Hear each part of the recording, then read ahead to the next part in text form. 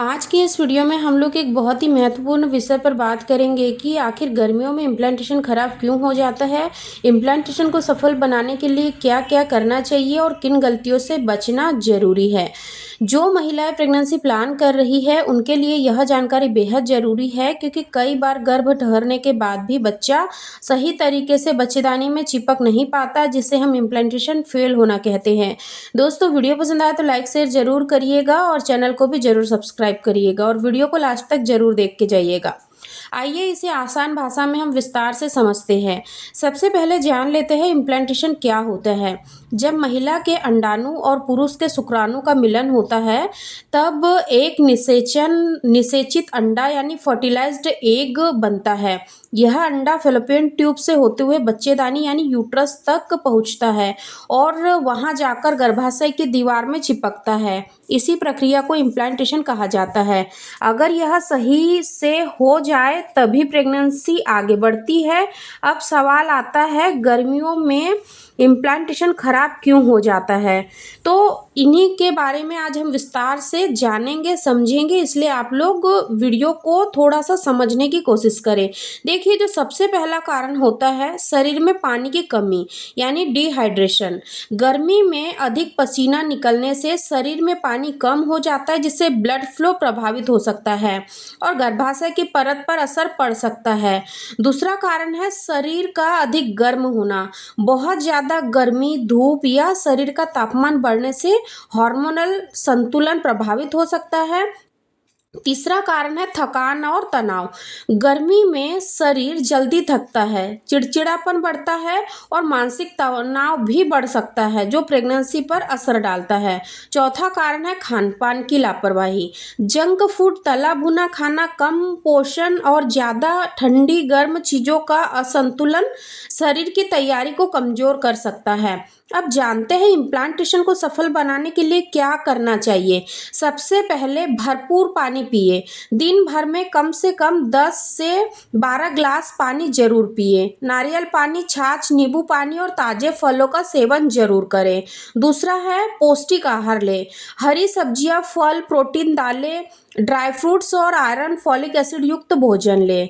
तीसरा है पर्याप्त आराम करें, नींद पूरी लें और शरीर को ज़्यादा थकाए नहीं। चौथा है तनाव कम रखें। ज़्यादा चिंता, डर, मानसिक तनाव हार्मोन्स पर असर डालते हैं और कई बार यही कारण बन जाता है कि महिलाओं का जो इम्प्लांटेशन है वो खराब हो जाता है। इसीलिए आपको इन चीज़ों से थोड़ी सी दूरी बना के रखना है, ताकि आपके गर्भ को किसी भी तरीके का नुकसान ना पहुंचे। पांचवा कारण है डॉक्टर की सलाह के अनुसार ही दवाएं लें। अगर डॉक्टर ने प्रोजेस्टेरॉन या फिर कोई सपोर्टिव मेडिसिन दी है तो समय पर ले। अब सबसे ज़रूरी बात, इम्प्लांटेशन के दिनों में कौन कौन सी गलतियां नहीं करनी चाहिए। पहली गलती है बहुत भारी वजन उठाना। इस समय शरीर को आराम की ज़रूरत होती है। और दूसरी गलती जो कि ज़्यादातर महिलाएं करती है कि वो लोग इम्प्लांटेशन के दिनों में भी अपने पार्टनर के साथ फिजिकली इंटीमेट होती है। देखिए डियर, यहाँ पर फिजिकल रिलेशन बनाने से कई बार ऐसा होता है कि महिलाओं का रुका हुआ गर्भ खराब होता है।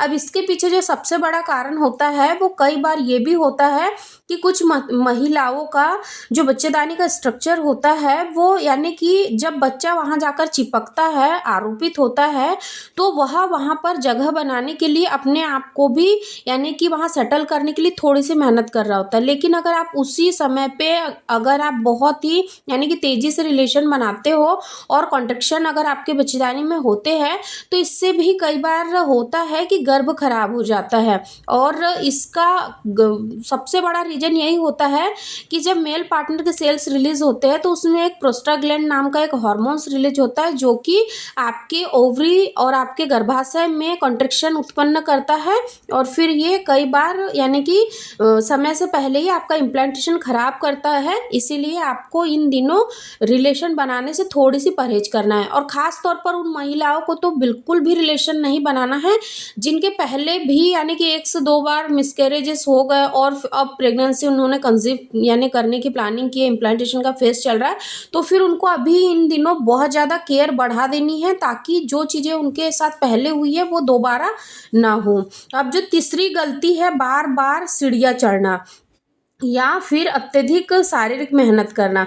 इसी के साथ जो चौथा कारण है, बहुत ज़्यादा दौड़ भाग या कठिन एक्सरसाइज, हल्की वॉक ठीक है, लेकिन भारी वर्कआउट से बचें।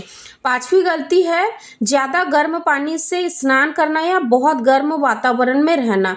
छठा है बिना डॉक्टर की सलाह के दवाई लेना। और सेवेंथ है धूम्रपान या फिर शराब या कैफीन का अधिक सेवन करना। एट्थ है हर छोटी बात पर स्ट्रेस लेना। तो देखिए, आज मैंने जो जो चीज़ें आप लोगों को इस वीडियो में बताई है, ये साइंटिफिक बेस्ड है। ये चीज़ें मैं अपने आप से नहीं बोल रही हूँ, बट ये साइंस बोल रहा है कि ये गलतियाँ जो महिलाएं करती है उनका अर्ली मिसकैरेजेस हो जाता है। इसीलिए आपको इम्प्लांटेशन के दिनों में इन सारी गलतियों को करने से बचना है। और जो चीज़ें मैंने अभी आप लोगों को वीडियो में बताई कि अगर आपको इम्प्लांटेशन को सफल बनाना है तो कौन कौन सी चीज़ों को अपनी डाइट में शामिल करना है, कैसे अपनी बॉडी को हाइड्रेट रखना है, कैसे आपको भारी भरकम काम से बचना है, कैसे आपको अपने पार्टनर के साथ रिलेशन बनाने से परहेज करनी है। ओवरऑल अगर आप इतनी चीज़ें कर लेते हो तो आपका इम्प्लांटेशन फेल नहीं होगा। गर्मियों में भी बहुत इजीली प्रेगनेंसी कंसीव की जाती है। बस आप थोड़ी सी बातों का अगर ध्यान रखोगे, थोड़ा सा अपने शरीर का बैलेंस बना के रखोगे, अपने खान पान का बैलेंस बना के रखोगे, तो आपका जो गर्भ है वो खराब नहीं होगा और आपको इजीली प्रेगनेंसी कंसीव हो जाएंगी। क्योंकि कई बार क्या होता है कि कई महिलाओं का बार बार गर्भ ठहरने के बाद भी कई समस्याएं उनके साथ आती है और वो बहुत ज़्यादा इनको नज़रअंदाज कर देती है और सोचती है कि चलो इस महीने ख़राब हो गया, कोई दिक्कत नहीं है, नेक्स्ट मंथ अच्छा हो जाएगा। लेकिन अगर आपको बार बार गर्भ खराब होने की समस्या से आप जूझ रहे हो तो आपको यहाँ पर बिना देर करे डॉक्टर से ज़रूर मिलना है। क्योंकि कई बार ऐसा होता है कि आप खुद से लापरवाही करते हो और सोचते हो कि मेरा गर्भ क्यों खराब हो रहा है। इसी के साथ साथ आपको यहाँ पे एक बहुत ही अच्छी बोनस टिप्स देना चाहूँगी। अगर आप बहुत जल्दी अपने इम्प्लांटेशन को सफल बनाना चाहती हो तो आपको यहाँ के करना है, यानी कि पानी की मात्रा दिन में कम से कम 3 से 4 लीटर बढ़ा दीजिए। नारियल पानी, नींबू पानी का सेवन करिए। ठंडी तासीर वाली यानी कि चीज़ों का सेवन यहाँ पर बढ़ा दीजिए, जैसे कि सोप का पानी हो गया, तरबूज, खीरा, कद्दू के बीज डाइट में शामिल कर दीजिए। ओमेगा 3 यानी कि अखरोट और अलसी के बीज खाएं। ये गर्भाशय में ब्लड फ्लो बढ़ाते हैं। और जो आपकी जीवन शैली होनी चाहिए, यानी कि पर्याप्त नींद, रोजाना आपको 7 से 8 घंटे की नींद लेनी ही चाहिए ताकि आपकी बॉडी रिकवर हो सके। और इसी के साथ साथ जैसा कि मैंने अभी आगे वीडियो में आप लोगों को बताया था कि यहाँ पे जंक फूड को टोटली अवॉइड करना है। जंक फूड इसलिए खाने के लिए मना किया जाता है, तला भुना इसलिए खाने के लिए मना किया जाता है क्योंकि इन दिनों क्या होता है कि आपके यूट्रस को यानी कि वार्म वातावरण की ज़रूरत होती है, यानी कि बैलेंसिंग वातावरण चाहिए। लेकिन अगर आप यहाँ पर बहुत ज़्यादा स्पाइसी चीज़ों खाओगे तो इससे क्या होंगी कि आपकी बॉडी में गर्माहट पैदा होंगी और ज़रूरत से ज़्यादा गर्माहट आपके बच्चे को वहाँ टिकने नहीं देंगी, चिपकने नहीं देंगी। इसीलिए आपको इन छोटी छोटी बातों का ध्यान रखना है ताकि आप भी अपने गर्भ यानी कि गर्भधारण जल्दी से जल्दी कर सको, माँ बनने का सपना जल्दी से जल्दी साकार कर सको। इसलिए इन चीज़ों को थोड़ा सा समझिए और इनको आप फॉलो ज़रूर करिए। आई रियली होप कि आपको आज की ये वीडियो ज़रूर पसंद आई होंगी। अगर आज की ये वीडियो आप लोगों को थोड़ी सी भी पसंद आई है तो इस वीडियो को अपनी फैमिली फ्रेंड्स के साथ ज़रूर शेयर करें। और चैनल को अभी तक आपने सब्सक्राइब नहीं किया है तो चैनल को भी सब्सक्राइब ज़रूर करें। धन्यवाद।